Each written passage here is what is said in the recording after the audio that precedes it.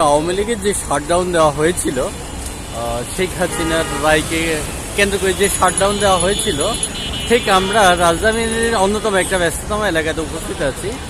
এখানে সবসময় যেখানে আপনার প্রচুর যানজট লেগে থাকে এবং মানুষের এত কোলাহল থাকে, আপনার হাঁটার মতো স্কোপও থাকে না। ঠিক এটা হলো দৈনিক বাংলা মোড়।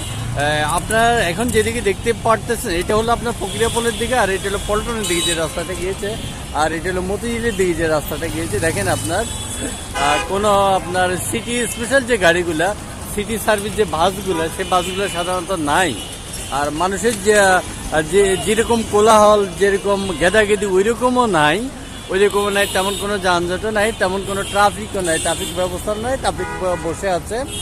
এখানে কোনো ওইরকম কোনো অরাজকতাও নাই। ধরতে গেলে শান্ত নীরব পরিবেশ, কোনো যানজটের কোনো কারণও নাই।